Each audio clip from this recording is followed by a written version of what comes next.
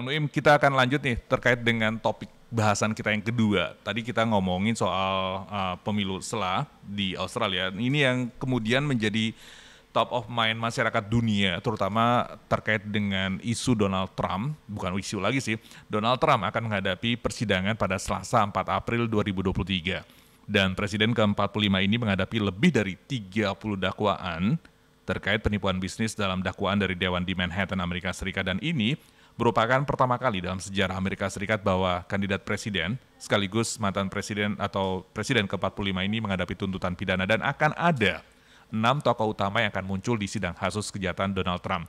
Dan masih terhubung bersama dengan jurnalis senior di Melbourne, MG Listener, Bang Nuim Hayat. Bang Nuim, ini sesuatu yang mengagetkan atau memang ini sebagai sesuatu yang sebenarnya sudah diprediksi, sudah terakumulasi sejak pada masa pemerintahan Donald Trump, baru kemudian ini dikuak kembali kah? Dia sudah mancing-mancing kan. Beberapa minggu yang lalu dia mengatakan, oh Selasa ini saya mau ditangkap, Selasa ini saya mau ditangkap. Ditantang, dia sengaja, itu ditafsirkan oleh orang. Dia ingin untuk mengingatkan para pendukungnya yang begitu fanatik, sehingga tidak bisa melihat kekurangan Donald Trump, untuk mulai bergerak, untuk menunjukkan ketidaksetujuan mereka kalau sampai dia ditangkap. Supaya nanti, ini kan persoalan negara bagian, ini bukan federal, ini negara bagian New York kan. Ini supaya barangkali mereka pikir-pikir, wah ini bahaya nih kalau berhenti betul belum dia ditangkap aja orang udah mulai marah. Bagaimana kalau itu taktik yang dia lakukan. Tapi begini, baik kita ke belakang sedikit Adi. Saya ingat dulu waktu masih muda nonton film Hollywood namanya 12 Angry Men. 12 orang yang dalam keadaan angkara murka marah. Ini cerita mengenai dewan juri. Dalam suatu kasus di pengadilan itu dewan juri. Dan saya berpikir pada dirinya, masa kepada orang-orang yang awam ini diserahkan hak untuk menentukan apakah sesuatu atau perkara atau seseorang yang dituduh, apakah dia memang benar bersalah atau tidak bersalah. Kenapa diserahkan kepada masyarakat awam?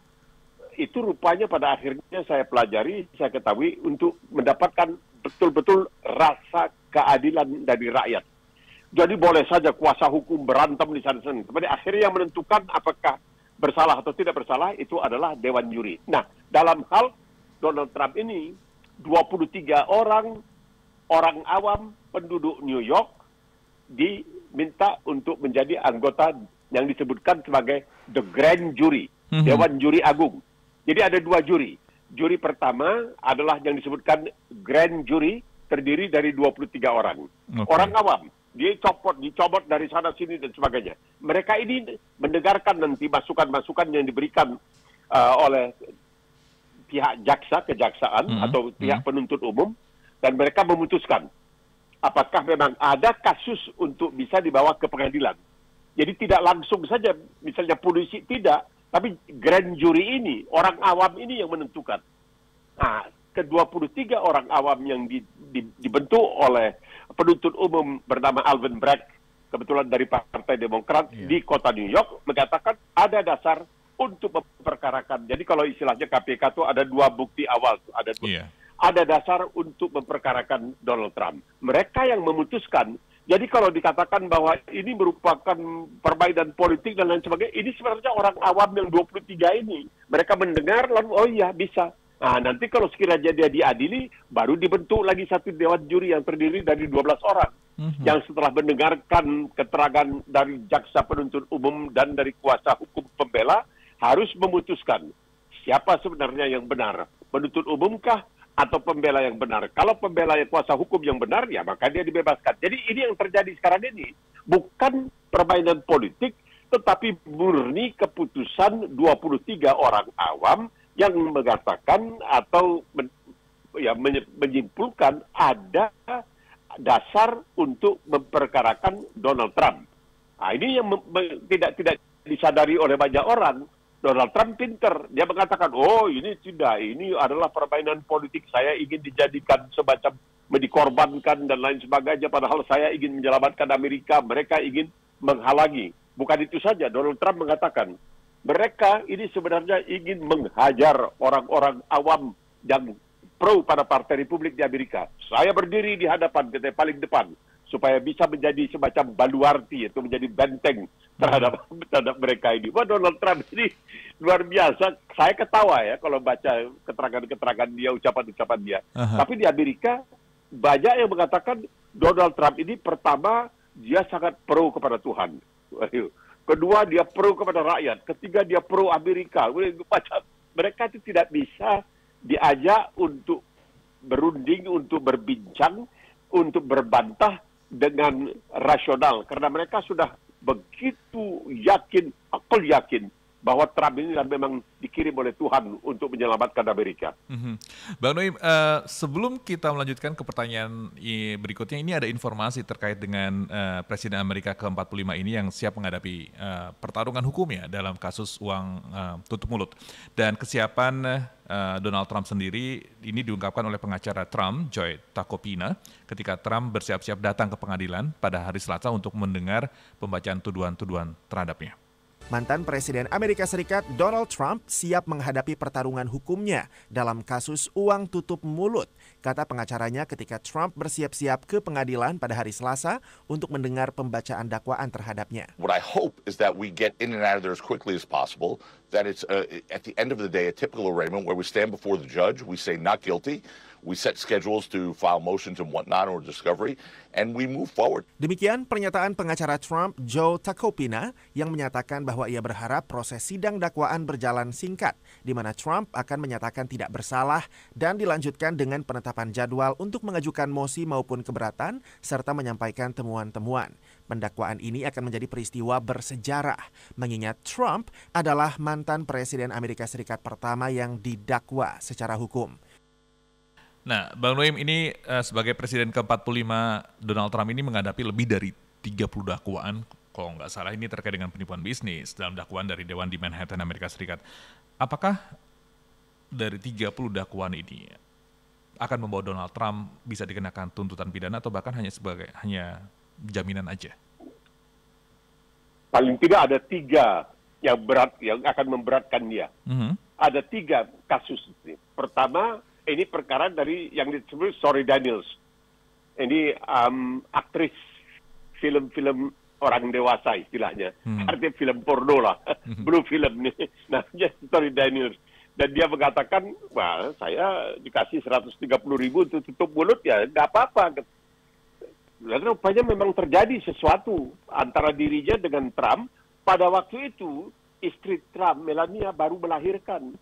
Jadi Trump entah bagaimana ya berselingkuh lah dengan perempuan ini. Dan Trump ketika dia akan maju sebagai presiden dan jadi calon presiden di Amerika, dia rupanya kabarnya menyuruh kuasa hukumnya yang bernama Cohen waktu itu, yang sekarang dalam penjara, Cohen, untuk menguruslah persoalan ini. Nah, Cohen ini katanya memberikan uang 130.000 kepada, itu melanggar hukum. Pertama, karena itu uang tutup mulut untuk menutupi ya sebenarnya perbuatan amoral yang dia lakukan, tetapi karena ada sangkut pautnya dengan kampanye, maka itu dianggap sebagai semacam memberikan uang untuk berkampanye dalam bentuk kampanye, macam kasih nasi bungkus, nasi kotak dan lain sebagainya, begitulah kira-kira. Nah, itu satu, itu dianggap melanggar ketentuan, melanggar hukum, itu pidana. Kedua, apa yang terjadi pada tanggal 6 Januari tahun 2021? Dia dengan terang-terangan, ini ada jejak digitalnya, ketika dia ditafsirkan telah menghasut pendukung-pendukungnya untuk melakukan serangan terhadap gedung Capitol yang akan meresmikan Joe Biden sebagai presiden. Waktu itu wakil presiden dia, Mike Pence sendiri, terpaksa lari terbirit-birit karena ini apa yang disebutkan sebagai massa ini sudah mulai melakukan pengerudakan di sana kemari. Ketiga adalah dokumen-dokumen rahasia yang seharusnya tidak boleh dibawanya ke rumahnya, ditemukan di rumahnya di Florida. Dokumen-dokumen rahasia ini adalah dokumen-dokumen negara. Memang Joe Biden juga kedapatan, tapi ada di situ pertimbangan bahwa yang kedapatan di tempat Joe Biden itu hanya terbatas jumlahnya dan itu karena akibat ketidaksengajaan. Sedangkan yang dilakukan dilakukan oleh Donald Trump ini adalah dengan sengaja membawa berpeti-peti, berkotak-kotak dokumen rahasia. Itu tidak boleh. Itu harus diserahkan kepada semacam museum dokumentasi negara. Jadi ada paling tidak tiga hal. Dan sebelumnya kita mengetahui dia juga pernah, bukan dia ya, tapi anak buah dia didenda karena persoalan pajak. Dia tidak pernah mau mengumumkan berapa pajaknya. Tidak mau dia mengumumkan kepada rakyat berapa pajaknya karena dia menganggap bahwa itu adalah urusan pribadi dia. Tetapi sebagai seorang yang bergerak di bidang publik begitu di dalam politik dan lain sebagainya, dia kan harusnya terus terang. Nah ini sekarang orang menanti-nanti nih, besok dia datang ke kantor kejaksaan, apakah dia akan diborgol? Katanya enggak, karena dia mantan presiden, jadi enggak. Biasanya itu mesti diborgol. Kemudian diambil sidik jarinya, kemudian itu istilahnya itu dalam bahasa Inggris itu kejam sekali, mug shot, padahal difoto. Tapi itu tidak boleh, mulutnya nggak boleh terbuka, katanya bibirnya mesti tertutup waktu dia difoto. Itu makanya foto-foto penjahat-penjahat di Amerika itu kelihatan serem-serem. Adi bayangkan, nah, dia juga nanti akan difoto sedemikian rupa. Jadi orang mengatakan, wah harusnya dia diborgol. Mereka yang tidak suka pada dia, harusnya dia diborgol. Karena itu merupakan salah satu ketentuan. Tapi karena dia adalah mantan presiden dan mantan presiden yang pertama di dalam sejarah Amerika, yang harus berurusan dengan hukum, mungkin tidak akan diborgol. Tapi siapa tahu. Oke, Bang Noem tadi juga, Bang Noem menyebut ada paling tidak ada 3 dakwaan yang paling berat ya. Ini ada kasus uang tutup mulut, kemudian juga hasutan bagi para pendukungnya menyerang Gedung Putih di bulan Januari 2021 dan juga dokumen rahasia negara yang dibawa pulang.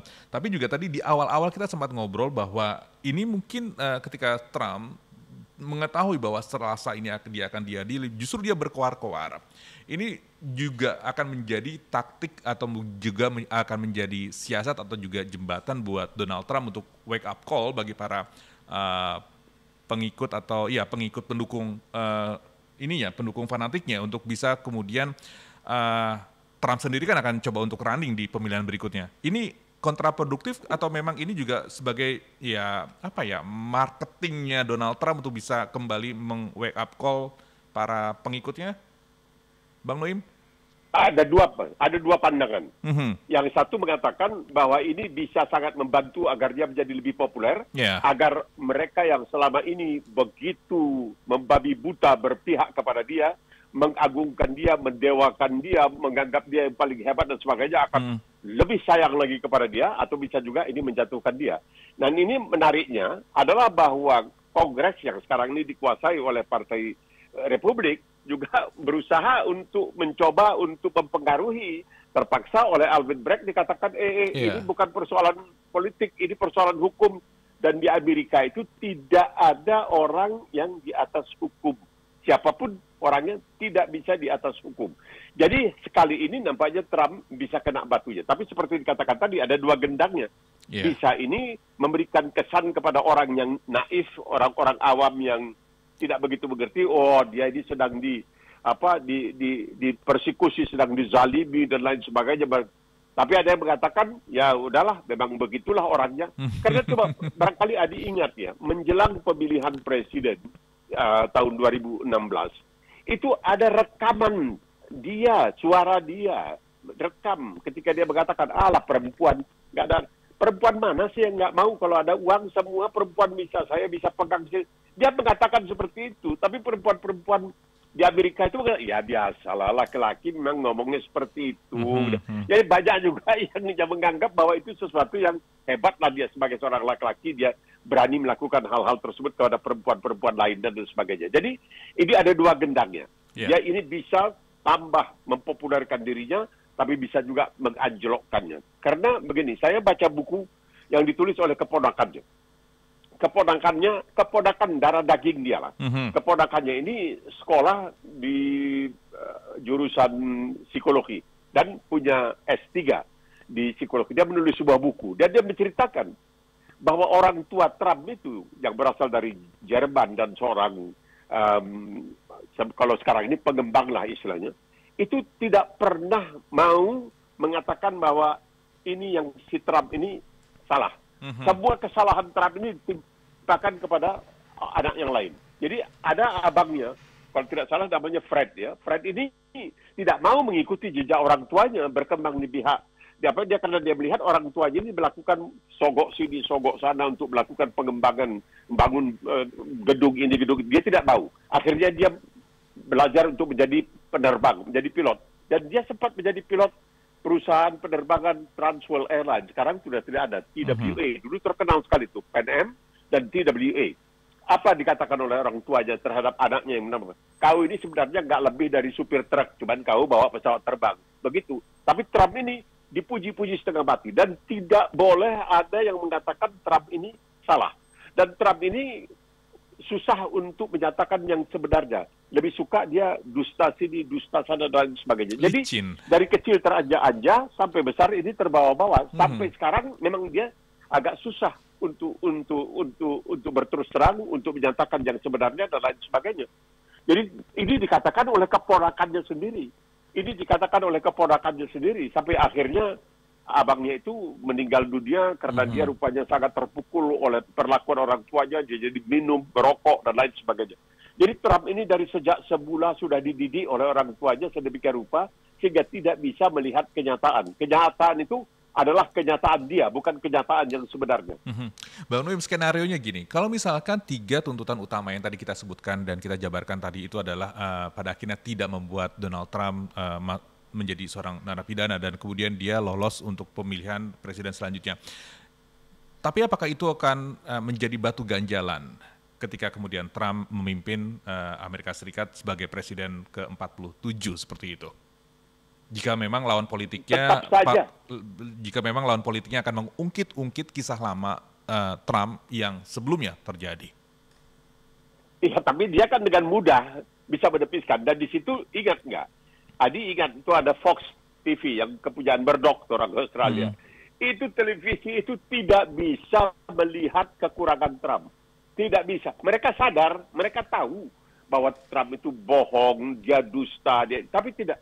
Coba bayangkan, ada jejak digital ketika dia menghubungi gubernur negara bagian Georgia. Itu gubernurnya Partai Republik. Dia menelpon. Dan dia mengatakan, tambahin sedikit dong suaraku, 11.000 aja. Kalau bisa itu aku menang. Si gubernur tidak mau, karena dia jujur. Dan Trump itu berulang kali membujuk. Jadi seseorang yang melakukan pembujukan seperti itu, apalagi orang yang punya kedudukan, itu kan bisa diancam dengan hukuman. Karena mendorong, membujuk, menyuruh orang melakukan pelanggaran terhadap hukum. Dia tidak segan-segan melakukan hal itu, dan ketika diingatkan, dia ketawa saja. Gampang saja. Jadi di sini saya jumpa seorang anak Indonesia, pintar sekali. Itu baru waktu itu umur 7-8 tahun. Saya katakan, dia datang ke saya. Dia bilang, saya nggak suka sama Donald Trump. Saya pikirnya orang Indonesia. Nggak suka, kenapa? Nggak tahu, dia itu suka bohong. Anak kecil di sini, saya sumpah dia mengatakan hal itu. Hal seperti itu mengenai Donald Trump. Jadi, seperti yang dikatakan oleh keponakannya sendiri. Anak dari abangnya, anak dari kakaknya. Itu mengatakan ini Donald Trump ini berbahaya. Karena dia itu bukanlah seorang businessman yang piawai, yang punya kemampuan, enggak. Dia punya banyak hutang kepada bank. Tapi bank tidak berani untuk memperkarakan dia. Kenapa? Karena bank akan dituduh, oh kamu bodoh kasih uang, kasih pinjaman kepada orang seperti itu. Mereka tidak berani. Bahkan bank kabarnya pernah menawarkan kepada Trump, jangan pinjam uang tapi jangan bilang apa-apa. Kami bisa menyantuni saudara $500,000 setiap tahun. Tapi jangan bicara apa-apa. Supaya jangan terbongkar bahwa kami ini begitu bodoh, sehingga kami terpengaruh oleh kamu untuk meminjamkan uang kepada kamu yang sekarang susah kamu bayar kembali. Bicara soal Donald Trump nggak akan habis-habisnya Bang, karena kalau saya ingat ini mungkin sudah beberapa kali kita bahas soal Donald Trump dalam Morning Session with Nuim Hayat, dan yang sekarang ini adalah yang mungkin bukan pamungkas, tapi kita justru akan menunggu apa nih hasil dari kedatangan Trump untuk di tanggal ini, di hari Selasa tanggal 4 April 2023 di Amerika Serikat. Kita pasti akan nunggu hasilnya seperti apa. Apakah ini akan menjadi akhir dari karirnya Donald Trump atau mungkin justru Donald Trump akan lolos lagi selicin-licinnya Donald Trump dengan kasus-kasus yang sebelumnya. Bang Nuim, terima kasih sekali lagi Bang. Untuk hari ini kita bahas 2 topik sekaligus di hari ini, Selasa tanggal 4 April. Pertama kita ngomongin soal politik Australia yang di pemilih pemilihan selar yang dimenangkan oleh Partai Buruh dan kemudian juga soal Donald Trump. Sehat-sehat selalu Bang Nuim, dan semoga kita juga bisa akan membahas Selasa depan apa hasil dari kedatangan Donald Trump di Manhattan kali ini. Sehat-sehat selalu Bang Nuim, dan sekali lagi terima kasih untuk bisa berbagi point of view dan berbagi pandangan terkait dengan isu-isu yang kita bicarakan hari ini.